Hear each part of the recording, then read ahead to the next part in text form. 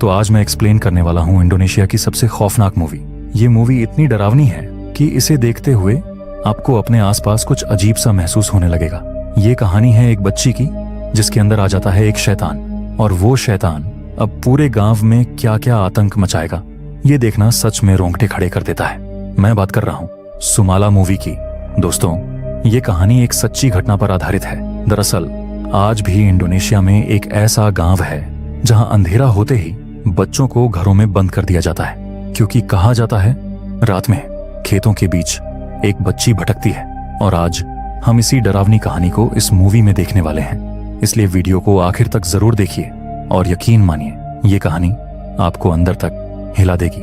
कहानी हमें ले जाती है साल 1976 में इंडोनेशिया के एक छोटे से शांत से गांव सेमारंग में। जारूगंग मार्केट के पास कुछ बच्चे खेतों की तरफ खेलते कूदते जाते दिखाई देते हैं। वे सूखे भूसे से एक देसी सी बॉल बनाते हैं और उसी के साथ मस्ती करते हुए खेतों की ओर निकल पड़ते हैं। उन्हीं बच्चों में से एक लड़का है अब्दी। खेलने जाने से पहले उसके पिता उसे सख्त लहजे में चेतावनी देते हैं, अंधेरा होने से पहले घर वापस आ जाना। लेकिन खेल में सब इतने खो जाते हैं कि समय कब बीत जाता है किसी को एहसास ही नहीं होता।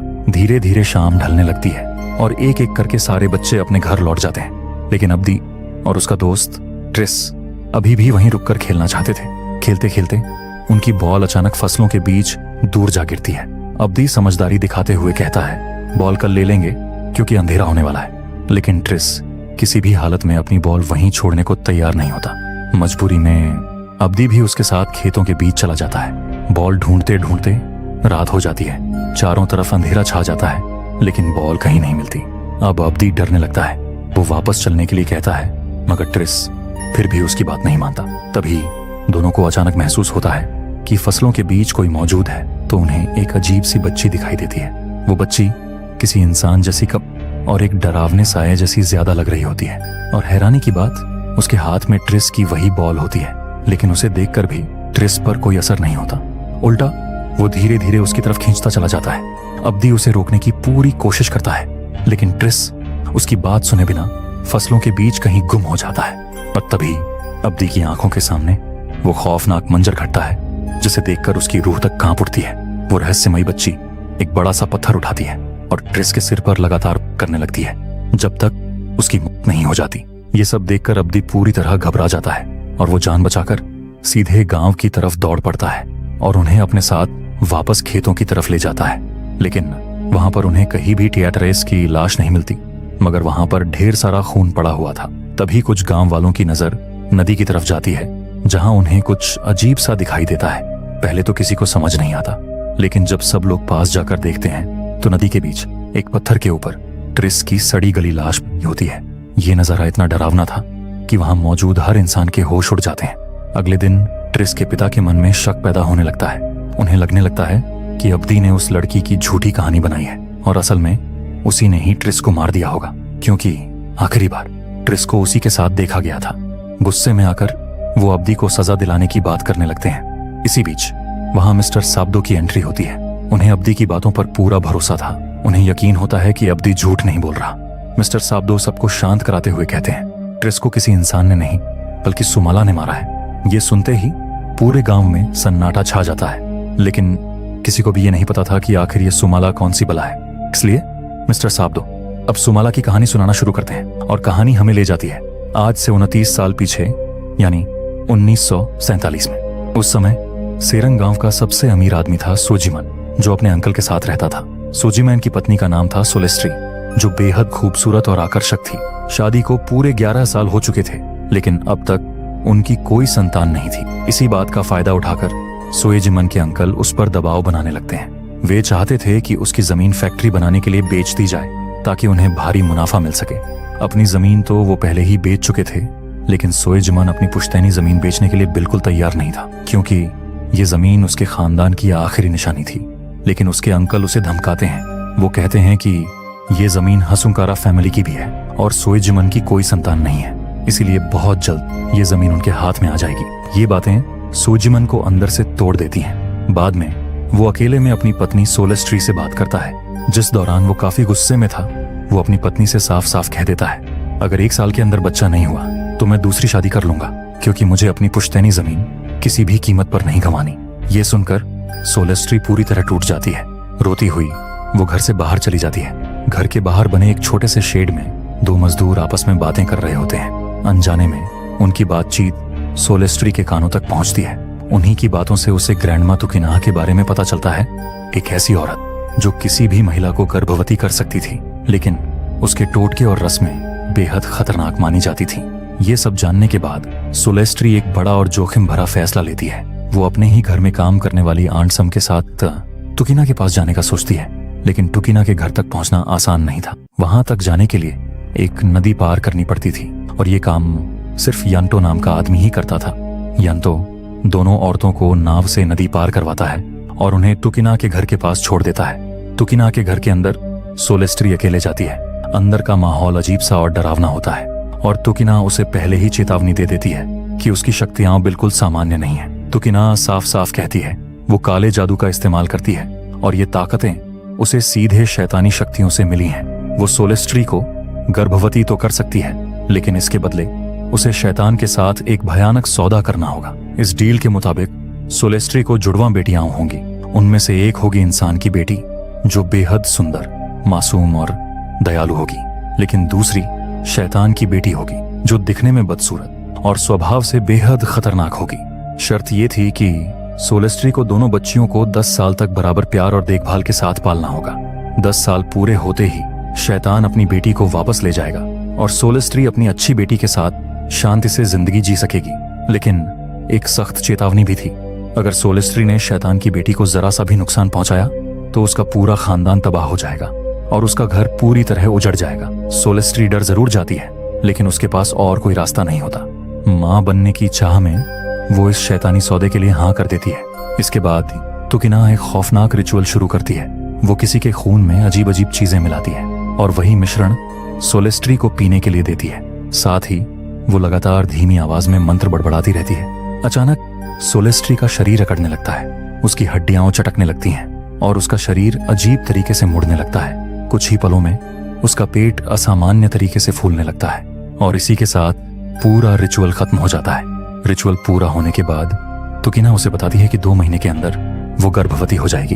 वो अंदर ही अंदर खुश भी होती है, लेकिन उतनी ही डरी हुई भी। 2 महीने बाद लेडी डॉक्टर जांच के बाद बताती है कि सोलेस्ट्री के पेट में 2 बच्चे हैं, यानी सोलेस्ट्री प्रेग्नेंट है। ये खबर सुनते ही सोएजिमन खुशी से झूम उठता है। सालों का इंतजार आखिरकार खत्म हो चुका था। वो अपनी खुशी अपनी पत्नी के साथ बांटता है और दोनों मिलकर अपनी बच्चियों के नाम भी तय कर लेते हैं, सुमाला और कुमाला। इसके बाद वो अपने सिपाही सुकिर को आदेश देता है कि ये खुशखबरी पूरे गांव में फैला दी जाए। इसके बाद हमें दिखाई देता है कि सोएजिमन बड़े ही गर्व और धूमधाम से सोलेस्ट्री का बेबी शावर सेरेमनी करवाता है, जिसमें वो पूरे गांव को दावत देता है और जश्न मनाता है। रात के गहरे अंधेरे में सोलेस्ट्री प्रेगनेंसी का दर्द झेल रही होती है। आंट सम सोएजिमन को दिलासा देते हुए कहती है, आप चिंता मत कीजिए, हम सब संभाल लेंगे। इसी बीच घड़ी में रात के 12 बजते हैं। दर्द से कराहती हुई सोलेस्ट्री को अचानक अपने कमरे में किसी अजीब मौजूदगी का एहसास होने लगता है, जैसे कोई शैतानी साया कुर्सी पर बैठकर उसके बच्चे के जन्म का इंतजार कर रहा हो। कुछ देर बाद पहली बच्ची पैदा होती है, लेकिन वो बिल्कुल शांत रहती है, ना रोना ना कोई हरकत। ऑनसम को लगता है कि बच्ची जिंदा नहीं है, लेकिन वो सोलेस्ट्री को कुछ नहीं बताती और उसे दूसरी बच्ची को जन्म देने के लिए हिम्मत देती है। थोड़ी देर बाद दूसरी बच्ची जन्म लेती है। ये आवाज सुनकर सोएजिमन तुरंत कमरे के अंदर आता है। सबसे पहले उसकी नजर उस बच्ची पर पड़ती है जो शांत पड़ी थी और वो उसे मरा हुआ समझकर अंदर से पूरी तरह टूट जाता है। लेकिन जैसे ही उसकी नजर दूसरी बच्ची पर पड़ती है, उसका गुस्सा और भड़क उठता है। वो तुरंत समझ जाता है कि ये कोई सामान्य बच्ची नहीं है। सोएजिमन का धैर्य टूट जाता है। गुस्से में आकर वो बाहर से एक बड़ा सा चाकू लाता है और उस विकृत बच्ची को मारने के लिए हाथ में उठा लेता है। सोलेस्ट्री उसे रोकने की पूरी कोशिश करती है, क्योंकि वो जानती थी कि उसने शैतान से क्या सौदा किया है। लेकिन सोएजिमन को इस डील के बारे में कुछ भी पता नहीं होता और गुस्से में अंधा होकर वो चाकू सीधे उस बच्ची को देता है और उसी पल उस बच्ची की मौत हो जाती है। तभी अचानक वो पहली बच्ची, जो अब तक बिल्कुल शांत थी, जोर जोर से रोने लगती है। खुशी में वो तुरंत गांव वालों को ये खुशखबरी सुनाने के लिए कहता है। इसके बाद कहानी 3 साल आगे बढ़ती है, यानी 1950 में। जो बच्ची जिंदा बची थी उसका नाम रखा जाता है कुमाला, लेकिन वो जन्म से ही बाईं तरफ से विकलांग होती है। 3 साल की होने के बावजूद वो ठीक से ना बोल पाती है और न ही अपने पैरों पर चल पाती है। अब करीब 2 साल बाद का सीन हम देखते हैं। कुमाला आंगन में अपनी साइकिल से खेल रही होती है। तभी सोलेस्ट्री उसे खेलने से मना करती है, लेकिन अचानक कुमाला गुस्से में उस पर चिल्लाने लगती है। ये सब सोएजिमान अपनी आंखों से देख रहा होता है। वो गुस्से और दर्द में सीधे अपने कमरे में चली जाती है और अपना सिर बार बार बिस्तर पर पटकने लगती है। ये देखकर सोएजिमान तुरंत सुकिर को बुलाता है। सुकिर आकर कुमाला को रस्सी से जकड़ने लगता है। सोलेस्ट्री बार बार सोएजिमान को रोकती है, ऐसा मत करो, वो बच्ची है। लेकिन सोएजिमान उसकी एक नहीं सुनता। वो कुमाला को घसीटते हुए बाहर ले जाता है और शेड जैसी एक अंधेरी जगह में उसे बंद कर देता है। अब कहानी आगे बढ़ती है 1955 में। अचानक कुमाला घर से गायब हो जाती है। उसे कहीं नहीं देखकर घर वाले घबरा जाते हैं और सब उसे ढूंढने लगते हैं। लेकिन कुमाला किसी तरह निकलकर बाजार तक पहुंच जाती है। वहां कुछ बच्चे आपस में गेंद से खेल रहे होते हैं। जैसे ही उनकी नजर कुमाला पर पड़ती है, वो उसकी डिसेबिलिटी का मजाक उड़ाने लगते हैं। उनमें से एक बच्चा हंसते हुए कहता है, अरे ये तो सोएजिमान की पागल बेटी कुमाला है। फिर कुछ बच्चे उसका मजाक उड़ाते हैं और धीरे धीरे बात इतनी बढ़ जाती है कि वो कुमाला पर बुरी तरह पत्थर फेंकने लगते हैं। कुमाला कुछ नहीं कर पाती। वो बस वहीं खड़ी खड़ी चुपचाप रोती रहती है। दूर खड़े सोएजिमान और सोलेस्ट्री ये सब देख रहे होते हैं, लेकिन कोई भी उसकी मदद के लिए आगे नहीं आता। सोएजिमान का गुस्सा फट पड़ता है। वो कुमाला को पकड़कर जबरदस्ती वापस घर लाता है, सीधे उसी शेड में, और फिर सुकिर से अपना हंटर मंगवाता है। असल में सोएजिमान ने कुमाला को कई बार बाहर जाने से मना किया था, लेकिन आज भी वो चुपके से बाजार चली गई। आंट सैम, जो कुमाला से सच में बहुत प्यार करती थी, बार बार सोएजिमान से मिन्नत करती है, उसे मत मारिए, वो बच्ची है। सोलेस्ट्री भी उसे रोकने की कोशिश करती है, लेकिन सोएजिमान किसी की एक नहीं सुनता। कुछ देर बाद आंट सैम उसके जख्मों पर दवा लगा रही होती है और कुमाला बस सिसक सिसक कर रोती रहती है। उस बेचारी को तो ये भी समझ नहीं आता कि आखिर उसकी गलती क्या थी। उसे शांत करने के लिए आंट सैम प्यार से उससे पियानो बजाने को कहती है। फिर वो उसे एक डॉल देती है जो उसने सिर्फ कुमाला के लिए अपने हाथों से बनाई थी। दरअसल वो डॉल कुमाला के 8वें जन्मदिन का तोहफा था। डॉल को देखते ही शायद पहली बार कुमाला के चेहरे पर दिल से मुस्कान आती है। उसी रात कुमाला अपनी डॉल को सीने से लगाकर सो रही होती है। तभी उसके कमरे की अलमारी की तरफ से हल्की हल्की चलने फिरने की आवाज आने लगती है और फिर कोई धीमी आवाज में बार बार उसका नाम पुकारता है, कुमाला, कुमाला। तभी उसे वहां एक लड़की दिखाई देती है, बिल्कुल उसके जैसी। वो उसकी जुड़वां बहन सुमाला। सुमाला उसे बताती है कि वो उसकी ट्विन सिस्टर है, जिसे पैदा होते ही सोएजिमान ने मार दिया था। वो ये भी कहती है कि उसे सिर्फ इसलिए मार दिया गया क्योंकि वो सुंदर नहीं थी। शुरुआत में कुमाला उसकी आत्मा से डर जाती है, लेकिन सुमाला उससे बहुत प्यार से बात करती है। वो उसे भरोसा दिलाती है कि वो उसे कोई नुकसान नहीं पहुंचाएगी, बल्कि हमेशा उसकी रक्षा करेगी, क्योंकि वो उसकी बहन है और बहनें एक दूसरे को कभी नुकसान नहीं पहुंचाती। इतना कहकर सुमाला आगे बढ़ती है और कुमाला को गले लगा लेती है और शायद पहली बार कुमाला को किसी अपने का एहसास होता है। अगले दिन रात के समय सोएजिमान अपना काम कर रहा होता है और दूसरी तरफ कुमाला चुपचाप बैठकर पियानो बजा रही होती है, लेकिन पता नहीं क्यों वो आवाज सोएजिमान को बेवजह चिढ़ाने लगती है। वो तेजी से जाता है और बिना कुछ सोचे कुमाला को जोरदार थप्पड़ मार देता है। सोलेस्ट्री ये सब देखती रहती है, लेकिन अपने ही पति के खिलाफ एक शब्द भी नहीं बोलती। यहाँ तक कि वो खुद अपनी बेटी को संभालने भी नहीं आती, बस आंट सम को बुला देती है। कहीं ना कहीं वो एक माँ का फर्ज निभाने में भी नाकाम साबित होती है। आंट सम कुमाला को समझाकर शांत करती है, लेकिन कुमाला गहरी सोच में डूब जाती है और धीरे धीरे सोएजिमान के कमरे की तरफ बढ़ती है। और तभी कुमाला की डिसेबिलिटी अचानक गायब होने लगती है। वो अचानक सीधी खड़ी हो जाती है। सोएजिमान ये देखकर सन्न रह जाता है। इससे पहले कि वो कुछ समझ पाता, कुमाला पास पड़ा एक पेन उठाती है और सीधे उसके हाथ में घोंप देती है। सोएजिमान दर्द से चीख उठता है, लेकिन असल सच्चाई कुछ और थी। ये हमला कुमाला ने अपनी मर्जी से नहीं किया था। ये सब सुमाला उससे करवा रही थी। इस घटना के बाद गुस्से से पागल सोएजिमान कुमाला को सजा देने के लिए उसे खेतों में ले जाता है और एक क्रॉस पर बांधकर तेज धूप में लटका देता है। कुमाला अपनी माँ सोलेस्ट्री से मदद की गुहार लगाती है, लेकिन सोलेस्ट्री कुछ नहीं कहती और चुपचाप वहां से चली जाती है।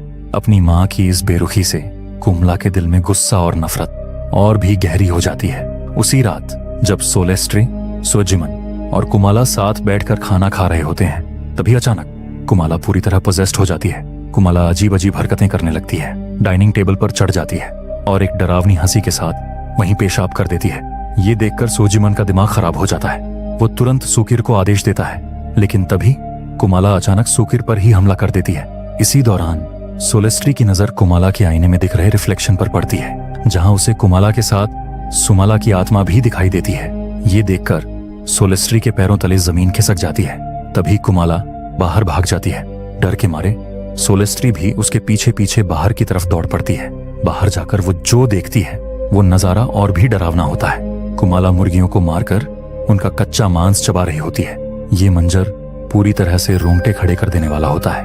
अगले दिन जब कुमाला को थोड़ा होश आता है तो आंट सम उससे प्यार से बात करती है और पूछती है कि वो ऐसी हरकतें क्यों कर रही है। तब कुमाला उसे पूरा सच बता देती है। सुमाला की आत्मा है जो हमेशा उसके साथ रहती है और वो ही यह सब कुछ कर रही है। ये सारी बातें बाहर खड़ी सोलेस्ट्री चुपचाप सुन लेती है। तभी उसे एहसास होता है कि शैतान के साथ की हुई डील तोड़कर उसने बहुत बड़ी गलती कर दी है।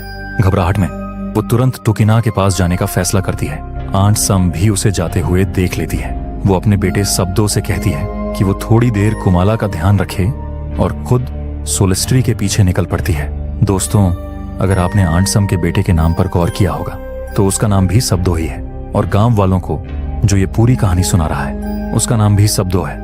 यानी आंट सम का बेटा ही गांव वालों को ये पूरी कहानी सुना रहा होता है। मतलब ये पूरी कहानी उसी की आंखों देखी सच्चाई है। वापस कहानी में आते हैं। सोलेस्ट्री सीधे मिस्टर यांटो के पास जाती है और उससे कहती है कि उसे नाव से टुकिना के पास ले चले, लेकिन यंटो उसे बताता है कि टुकिना की तो पिछले महीने ही मौत हो चुकी है।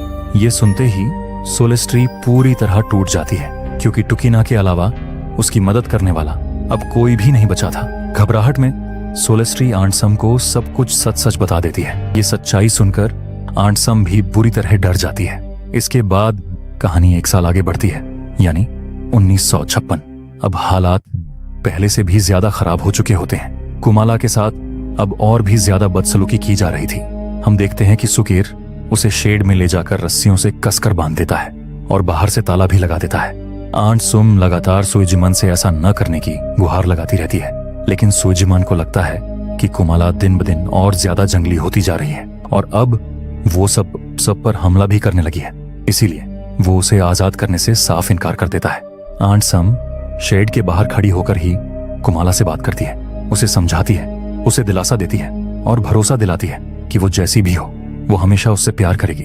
अगले दिन वही बच्चे फिर से आते हैं जिन्होंने पहले बाजार में कुमाला को परेशान किया था। वो उसे गेंद से खेलने के बहाने नीचे बुलाते हैं। उनमें से एक लड़का जोनो उसे हैंडीकैप कहकर चिढ़ाता है और फिर सब मिलकर उसे दोबारा मारने लगते हैं। ये देखकर आंट सम दौड़कर बच्चों को भगाने आती है। कुमाला फूट फूट कर रोने लगती है। तभी उसकी नजर अपने माता पिता पर पड़ती है, जो दूर खड़े सब कुछ देख रहे होते हैं, लेकिन फिर भी उसकी मदद नहीं करते। और यहीं से कुमाला के दिल में अपने माता पिता के लिए नफरत जन्म ले लेती है। उसी रात कुमाला को फिर से शेड में बांध दिया जाता है। डिनर करते वक्त सोलेस्ट्री को बार बार लगता है कि शेड में कुछ गड़बड़ है, लेकिन सोइजिमन उसे वहम कहकर वहां जाने से रोक देता है, जबकि असलियत कुछ और ही होती है। उस वक्त कुमाला खुद को आजाद कर चुकी होती है और अब बिल्कुल सामान्य इंसान की तरह चल रही होती है। इसका मतलब साफ था कि सुमाला की आत्मा ने उसे फिर से पोजेस कर लिया है। कुमाला पास में रखे एक संदूक के पास जाती है, उसे खोलती है और उसमें से एक चाकू निकाल लेती है। इसी दौरान हम सुप्री को देखते हैं, वही लड़का जो पहले कुमाला को मारने पीटने वालों में शामिल था। वो सोइजिमन के घर के पास बने कुएं से पानी लेने आता है। तभी झाड़ियों के पीछे से किसी के चलने की हल्की सी आवाज आती है। सुप्री घबराकर पीछे मुड़कर देखता है तो अचानक झाड़ियों से कुमाला बाहर निकलती है और उसके ठीक पीछे सुमाला की आत्मा खड़ी होती है। ये नजारा देखकर सुप्री के होश उड़ जाते हैं। वो भागने की कोशिश करता है, लेकिन तभी कुमाला उसे पकड़ लेती है और उसके सर पर वार करके उसे बेरहमी से मार देती है। इसके बाद हम सुकरो और कारियो को कहीं जाते हुए देखते हैं। उन्हें जरा भी अंदाजा नहीं होता कि कोई उन पर नजर रख रहा है। तभी पेड़ पर बैठी कुमाला अचानक ऊपर से सुकरो पर पत्थर फेंकती है। सुकरो वहीं ढेर हो जाता है। उससे पहले कि कारियो कुछ समझ पाता, कुमाला नीचे कूदती है और उसे भी बेरहमी से मार देती है। अगली सुबह पूरे गांव में हड़कंप मच जाता है। लोग गायब हुए बच्चों को ढूंढने निकलते हैं, लेकिन ना तो बच्चे मिलते हैं और ना ही उनकी लाशें। डर इतना बढ़ जाता है कि गांव वाले तय करते हैं अगले दिन पास के गांव में भी खोज की जाएगी। तब तक सभी बच्चों को सख्त हिदायत दे दी जाती है कि सूरज ढलने के बाद कोई भी घर से बाहर नहीं निकलेगा। इधर जोनो और उसके बाकी दोस्त आपस में बात कर रहे होते हैं। उन्हें लगता है कि शायद सुप्री, सुक्रो और करियो कोई मजाक कर रहे हैं और 3 दिनों से बस गेंद लेकर कहीं छिपे हुए हैं। तभी घर के बाहर कुमाला आती है और दरवाजे के पास चुपचाप एक गेंद रखकर चली जाती है, मानो उनका मजाक उड़ा रही हो।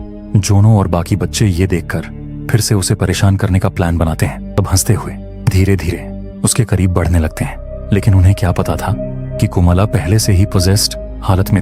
अचानक वो उन पर टूट पड़ती है। सब कुछ पलों में बदल जाता है।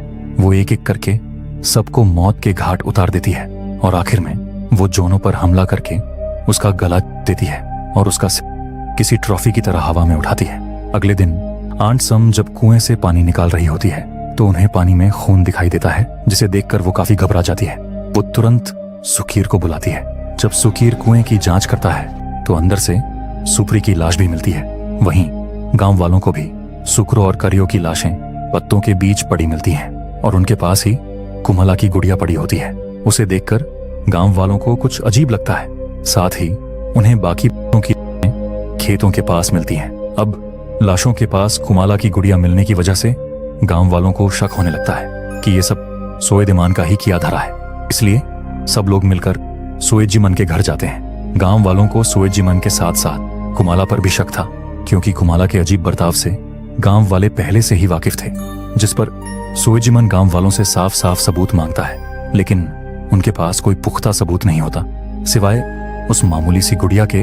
अब सोएजिमन गांव का सबसे अमीर और रसूखदार आदमी था, इसलिए गांव वाले उससे ज्यादा बहस भी नहीं कर पाते और मजबूरन सभी चुपचाप वापस लौट जाते हैं। लेकिन उनके जाने के बाद सोएजिमन खुद भी गहरी उलझन में पड़ जाता है। उसे समझ नहीं आता कि ये सब सच में कुमला ने किया है या नहीं, और यही बात उसे और बेचैन कर देती है। इसी उलझन में वो सोलेस्ट्री के साथ शेड की तरफ जाता है। वहां पहुंचकर उन्हें दीवार में एक बड़ा सा छेद दिखाई देता है, जिसे बोरे से ढक रखा था, यानी कुमला रात में इसी रास्ते से बाहर निकली होगी। अब सोएजिमन को यकीन होने लगता है कि गांव में मारे गए सारे बच्चे कुमला के हाथों ही मरे हैं। लेकिन तभी सोलेस्ट्री उसे सच बताती है। वो कांपती आवाज में कहती है, ये सब कुमाला ने नहीं बल्कि सुमाला की आत्मा ने उससे करवाया है। वो सोएजिमन को उस शैतान के सौदे के बारे में भी बताती है जो उसने बच्चा पाने के लिए किया था। ये सुनते ही सोएजिमन की सांसें थम जाती हैं। वो तुरंत कुमाला से बात करने जाता है। शुरू में कुमाला कुछ नहीं बताती, लेकिन जब सोएजिमन उसे भरोसा दिलाता है कि वो उसे कोई नुकसान नहीं पहुंचाएगा, तब कुमाला रोते हुए सारा सच स्वीकार कर लेती है। वो बताती है कि ये सारे कत्ल सुमाला की आत्मा ने उसे पोजेस करके करवाए हैं। ये सुनते ही सोएजिमन गहरी सोच में पड़ जाता है। वो तुरंत नीचे जाता है, सुकीर को बुलाता है और सख्त आदेश देता है कि कुमाला को शेड में और भी कसकर बांधा जाए। कहानी एक खतरनाक मोड़ लेती है। अब सोएजिमन फैसला करता है कि उसे मिस्टर कुस्नो के पास जाना होगा। वो असल में एक तांत्रिक था जिसे आत्माओं और काले जादू का काफी ज्ञान था।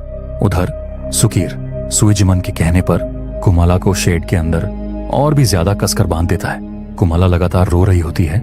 उसे समझ ही नहीं आ रहा होता कि उसके साथ ये सब क्यों हो रहा है। तभी आंट सम वहां आती है और उसे शांत करती है। आज रात कुमाला का 9वां जन्मदिन भी होता है। कुमाला धीमी आवाज में आंट सम को थैंक यू कहती है, जो प्यार उसने अब तक कुमाला को दिया था। फिर कुमाला उससे गिफ्ट में सिर्फ एक ही चीज मांगती है कि वो उसे छोड़कर चली जाए। दरअसल सुमाला की आत्मा ने उसे बता दिया था कि जैसे ही रात के 12 बजेंगे वो पूरी तरह उस पर कब्जा कर लेगी और सबसे अपनी मौत का बदला लेगी। कुमाला नहीं चाहती थी कि पोजेस्ड होने के बाद वो आंट सम या उसके बेटे सब्दो को कोई नुकसान पहुंचा दे। शुरुआत में आंट सम जाने से इनकार कर देती है, लेकिन कुमाला के जोर देने पर वो आखिरकार टूट जाती है और अपने बेटे साब्दो को लेकर वहां से चली जाती है।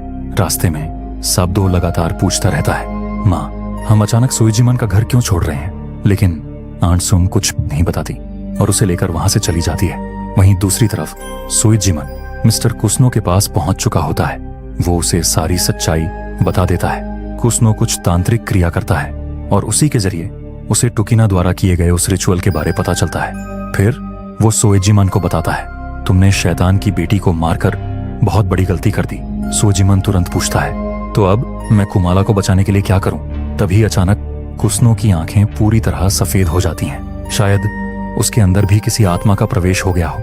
वो कहता है, डेविल अपने बच्चे की मौत से बेहद गुस्से में है और आज रात सुमाला हमेशा के लिए कुमाला के शरीर पर कब्जा कर लेगी और अगर उसे नहीं रोका गया तो कहर आ जाएगा। होश में आते ही कुस्नो सोएजिमन को एक खास खंजर देता है जो कुमाला की ताकत को कम कर सकता था। प्लान ये था, पहले सोएजिमन कुमाला को कमजोर करेगा, फिर उसे कुस्नो के पास लाया जाएगा ताकि कुस्नो अपने रिचुअल से उसे ठीक कर सके। कुस्नो बताता है अगर हालात काबू से बाहर चले गए तो सोएजिमन को यह खंजर कुमाला के बिल्कुल दिल में घोंपना होगा, जिसमें सुमाला के साथ कुमाला भी मारी जाएगी।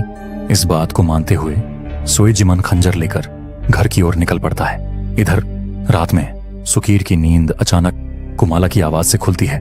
कुमाला खुद को आजाद कर चुकी होती है। वो सुकीर के घर के बाहर रोने का नाटक करती है।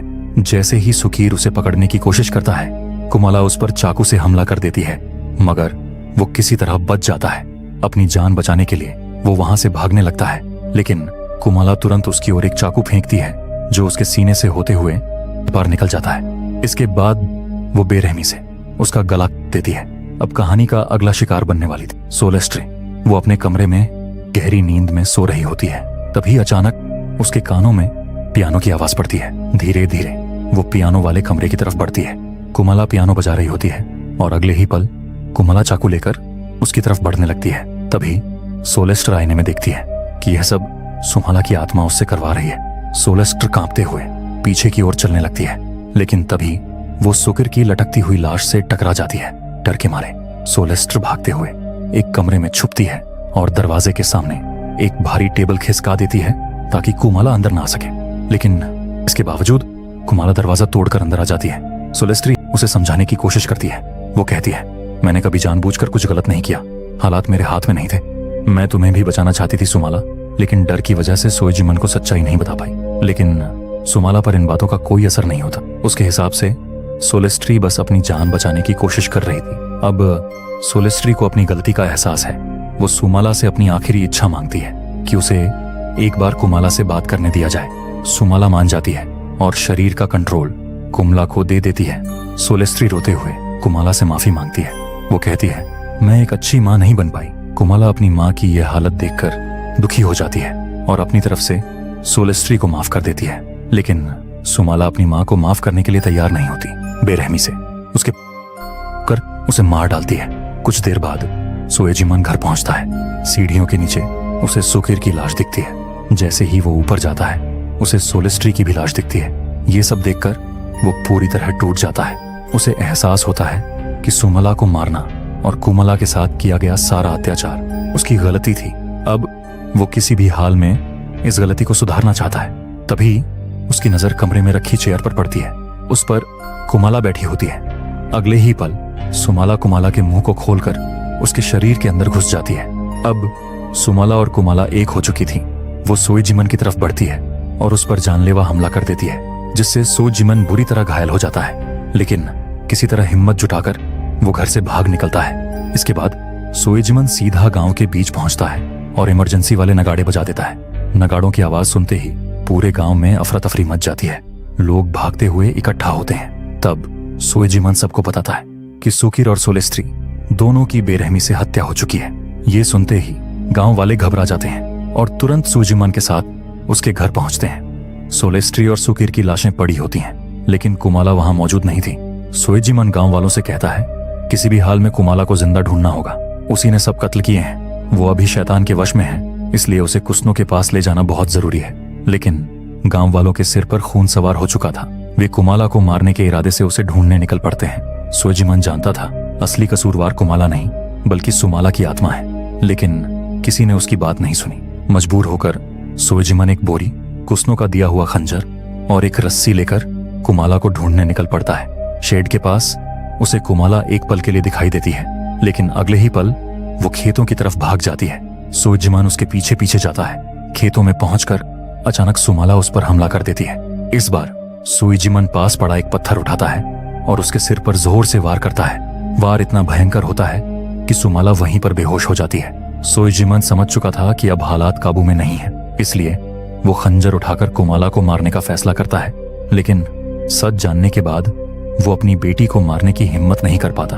वो कुमाला को बोरी में डाल देता है ताकि उसे कुस्नो के पास ले जाया जा सके। इसी दौरान बोरी के अंदर सुमाला होश में आ चुकी होती है। वो सोएजिमन को हर चीज के लिए दोषी ठहराती है और अगले ही पल वो बोरी से गायब हो जाती है। सुजिमन कुछ समझ पाता कि तभी सुमाला उस पर हमला कर देती है। इस बार सुजिमन पूरी हिम्मत जुटाकर कुसनो के दिए हुए खंजर को उसके दिल में देता है, जिससे सुमाला की मौत हो जाती है। मगर असली ट्विस्ट तो अभी बाकी है। लेकिन अगर आप वीडियो के यहाँ तक आए हैं, यानी आपको वीडियो पसंद आ रहा है, तो वीडियो को लाइक करना मत भूलना और चैनल को सब्सक्राइब करके हाइप क्रिएट कर देना, क्योंकि हम ऐसी खौफनाक मूवीज एक्सप्लेन करते रहते हैं। अब सुएजिमन को लगता है कि अब सब कुछ शांत हो गया है। वो सोचता है कि सुमाला नाम की बला हमेशा के लिए मिट गई। लेकिन तभी सुमाला हंसने लगती है और सुएजिमन को एक खौफनाक सच्चाई बताती है।